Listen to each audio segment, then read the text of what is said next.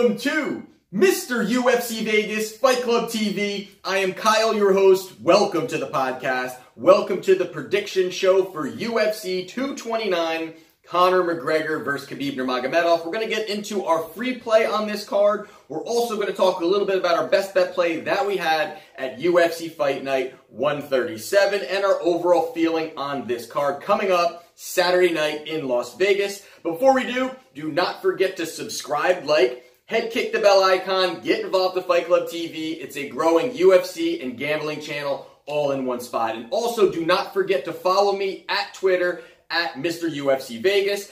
And as well as one other quick note before we get into everything else is a lot of you guys have really been asking me how to donate to the channel. Now, I appreciate everyone who's been purchasing the last play that we had, and there's people that actually now want to donate to the channel. I really appreciate that, and you know, it's overwhelming that people want to continually support this channel, so I appreciate that. The link will be in the description down below to donate to the channel if that's what you want to do. You do not have to purchase any of these picks. You do not have to donate to the channel. I'm continually always going to provide free content here on Fight Club TV. I appreciate everyone who subscribed, everybody who bought the last best bet play at Wagertalk. So I appreciate all the support. It's been phenomenal. All the positive feedback from everybody has been great. So I appreciate all of that. And now let's get into the plays. So the first thing we're going to talk about is the best bet play that we had at UFC Fight Night 137.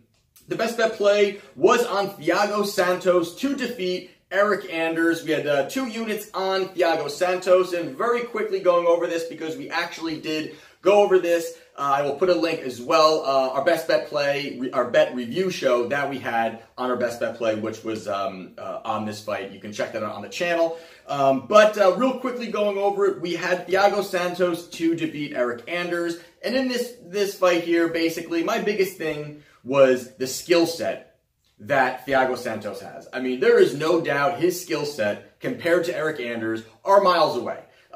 Just the combinations he can work, the kicks, the front kicks, the leg kicks, the heavy strikes up top that he has. He's just very well-rounded. On the ground, he's got great ground and pound. He's just very well put together as a fighter. Sometimes he overextends himself in spots and can get a little messy, where you did see against David Branch. But in general, his body of work is phenomenal. And the way that he strikes is very dynamic compared to Eric Anders, who Eric Anders definitely is a raw talent and young within mixed martial arts as a whole. He's a tough kid. He's got a lot of ability, but you really take a look at it, you know, his wrestling is good and he does have some power, but the last fight prior to this was really the trigger for me that I did not like Eric Anders. There's a few reasons why I didn't like him. Obviously, one of the biggest ones was against Tim Williams in his prior fight when he fought him. It was supposed to be a fight that really Eric Anders was supposed to obliterate Tim Williams and just finish him in the first round, maybe second round, and that's basically it. And just a one-sided, lopsided win to really build that brand and really see where Eric Anders is. And in that fight, it was a close fight.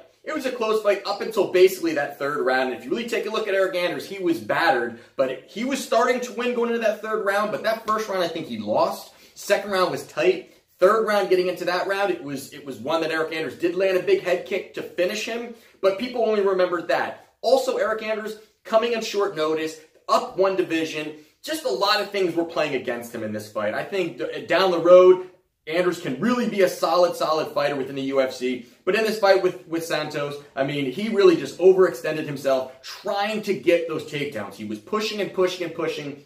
And yes, he was getting, you know, yes, he was getting hit, but he had just, his gas tank was just not there. He was losing the stand-up game. He knew he had to take him to the ground, and every time they stood, Santos was just peppering him with combinations. He looked overwhelmed, and he was doing great with the pressure, but at the end of the day, if he's not going to land that shot in that first round, there was no doubt that he was not going to be able to beat Thiago Santos in the long run in that fight. So we're able to get that victory. Thiago Santos does win. That now puts our best bet. We had 2 units on that. Our best bet now is 24-10. We are plus 22.73 units for the year, now at 71% with no bets on fighters higher than minus 190. That, again, we're looking for those value plays. We're not looking for those, you know, minus 500 and you're laying a lot of juice to get a lower amount back. We're looking for those solid plays that are going to make sense, where we really can find a fighter that is going to be able to expose another fighter, and the line is not dictating that. So that is what we're looking for as our best bet play. So again, 24 and 10 plus 22.73 units, 71%. That play was my first play that I had on Wagertalk for sale, and that was a $5 play. And I appreciate everybody who did purchase that. And again, when you do make that purchase, and I will have the link down below to my profile on Wagertalk. But all you have to do is you go on there. You will get a free play, which I'm about to discuss on the, for UFC 229. But you will get a free play as well as one for purchase. And you go in there. If you do make the purchase, you will then at that point take a look, and you will get a paragraph, 2 paragraphs, a short write-up on my thoughts of the fight and who's going to win or lose. And you can now even take a look at that once the fight's over. It's there for viewing, whether I win, whether I lose. It is there for viewing as well. So take a look. You can take a look at the write-up. Take a look at the site. It's a fantastic site. A lot of great handicappers from all different sports. So definitely take a look at that. So what we will do now is we will get into the free play for UFC 229. Really excited about this card. I mean, obviously there's some great fights on here, but one that I really liked, and one that I'm really taking a look at for the free play, is going to be the co-main event. And now, for me, normally, I'm not looking at ones that are going to be, you know, always the best bet plays are going to be minus 190 and lower. Always going to make sure that value here is. But in the co-main event between Anthony Pettis and Tony Ferguson, this fight here, you take a look at these two guys, and I really feel that you know, there's a lot going on here. I mean, definitely a lot going on here. You've got Ferguson, who was injured, was going in for, you know, with the interim title belt, trying to fight Khabib, gets injured. He gets injured falling over a wire on media day or whatever it may be, at some press conference that he was at. He tears ligaments in his knee. He's out. He's coming back now. How is that going to really dictate what happens in the cage? And you've got Anthony Pettis here, who comes off a victory, choking out Michael Chiesa. Looked pretty good in that fight. So you've got two guys here, definitely big time, you know, elite guys within the lightweight division. But if you take a look now, the big thing for me, obviously first when we're looking at Anthony Pettis, you take a look, he's got dynamic striking. I mean, his kicks, his combinations from the outside, and he continues to improve his ground game. That's been something that we've seen in a couple other fights, that he doesn't have that really strong ground game to really mix in with that fantastic striking that he has. I mean, he is, without a doubt, one of the top strikers within that division. When you're standing with him, he is lethal with the combinations, and there's no doubt that he's been able to do that throughout his career. Now, you take a look at someone like Tony Ferguson. He's very different, very great standing, very unorthodox, but for me, the big thing is he's a lot more well-rounded than Anthony Pettis. And he's very well-rounded, with his strikes, he more disguises those strikes very well. And you're not really sure the angle that it's coming at, which has always confused a lot of fighters. And he is, in the UFC, Ferguson, including when he was on The Ultimate Fighter, has won 14 straight UFC fights. I mean, that is phenomenal. That is honestly phenomenal for a guy within this division that has beaten a lot of tough fighters. That is very, very extraordinary for a guy. Although he's coming back from this injury, which is going to be a question mark, I still think he's got a lot of leverage in this fight. Now, the thing that I don't like about Pettis is the fact that you take a look at Pettis. Pettis is a big name, and he has been world champion. He has beaten some great fighters. But out of his last 7 fights prior to the Chiesa fight, he is 2-5. So really, out of his last, so he's really 3-5 in his last 8. But prior to, I mean, that's not good. I mean, you're looking at it, that's not very good. Now, the guys that he beat was Jim Miller and Michael Chiesa out of those last 8 fights. So that is not, you know, he's losing to those elite guys, but he's beating, you know, Chiesa. You know, I think he's good. I think that he can still progress within the division, but I'm not huge on Chiesa. Jim Miller on the other side, I mean, everyone knows at this point, although Jim Miller just did come off a victory, but he has been on the downturn too. He has been in so many wars, that guy, and very, very, you know, a long time veteran within the UFC. So beating him, I'm not going to give too much towards that, but you take a look at the guys that he's lost to more of the elite guys.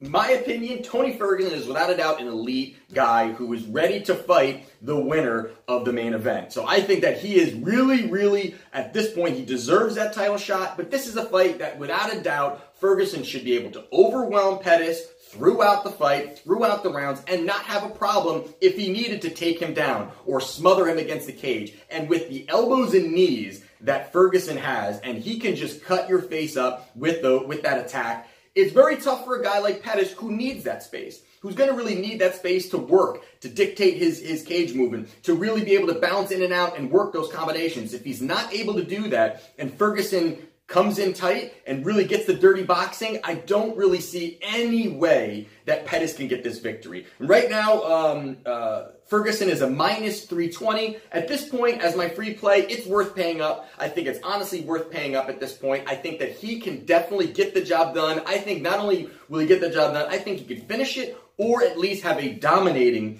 decision victory against Anthony Pettis. I don't really see a way that Pettis can stand and just consistently trade with Tony Ferguson for 3 rounds. I don't really see that happening. I just see a dominating performance for Ferguson. Ferguson is hungry, he's ready, and he knows he is on the brink of some big payday fights, that this one is the one that's standing in his way. And I just think at this point, Anthony Pettis is on the downturn. I mean, if he didn't get that victory against Chiesa, I mean, you know what? Then at that point, he's, 2-6. Or 1-6 in his last 7. So that's not good statistics. That's not a good trend for where he's going. I think he's a fantastic fighter, but this is going to be way too much for Pettis to take on. So I am definitely going to be betting Tony Ferguson to get this victory in the co-main event. Very excited about that fight. Of course, also very excited about the main event as well. So there you have it, guys. There is the free play. The best bet play for this event is now on Wagertalk. And we will actually now be, for this event, it's a big event. We are charging $20 for this best bet play. Take a look. Go on. Take a look at the free play that we just talked about. There's a little write-up there I have, as well as you can take a look at some of the other handicappers. $20 for the best bet play at UFC 229. And I want to let you guys know also that I will be attending UFC 230. Bought tickets. Still no main event. Kind of crazy that there's no main event at this point. There's some great fights on that card. The main card is fantastic. But I'm really looking to see, and let me know what you guys think. Who do you guys think is going to be the main event? I was really pushing for at this point. I was looking for possibly after Woodley beat Till. I was really looking to say this is going to be a Woodley and Covington main event. It's going to be fantastic. And now it sounds like Woodley's hurt. There's other conversations. There was a John Jones and Gustafsson possibility, and then there was they've been going back and forth with what they're going to be doing. They actually just may elevate Poirier and Nate Diaz for the main event, which is still a fantastic fight also, but kind of crazy where we are at this point, where we still have no main event and already purchased tickets. So hopefully they step up a little bit there. So that is that, and let me know what you guys think, what you guys are betting, and again, take a look, go on a Wagertalk. I will have now today released for purchase my best bet play, and again, the best bet play is 24 wins, 10 losses, plus 22.73 units for the year. We're at that 71%. The best bet play again will be will be on a fighter below -190. And again, we've had multiple plus odds best bet plays like Tyron Woodley. Also, Tyron Woodley was a plus 120. We had Michael Johnson prior to that was a plus 115. We had Dustin Poirier defeating Eddie Alvarez, and that was another plus 125 play. So we've had a bunch of great value plays as our best bet play. Check it out. Go on a Wagertalk, and again, you purchase it, you don't purchase it. Don't worry, we're always going to be having a free play here, as well as free content and free conversation that we're going to be having regarding UFC and gambling all at once. So also, if you want to donate, take a look. Go down to the description if you feel free to do that. Again, you do not have to, but I do appreciate all the support that I've been receiving from the community here and from everybody that has really gravitated towards this channel. And again, we're a young channel and we continue to grow, so I appreciate all the support. And that is it. I will see you at the next show, and this is Mr. UFC Vegas, Fight Club TV.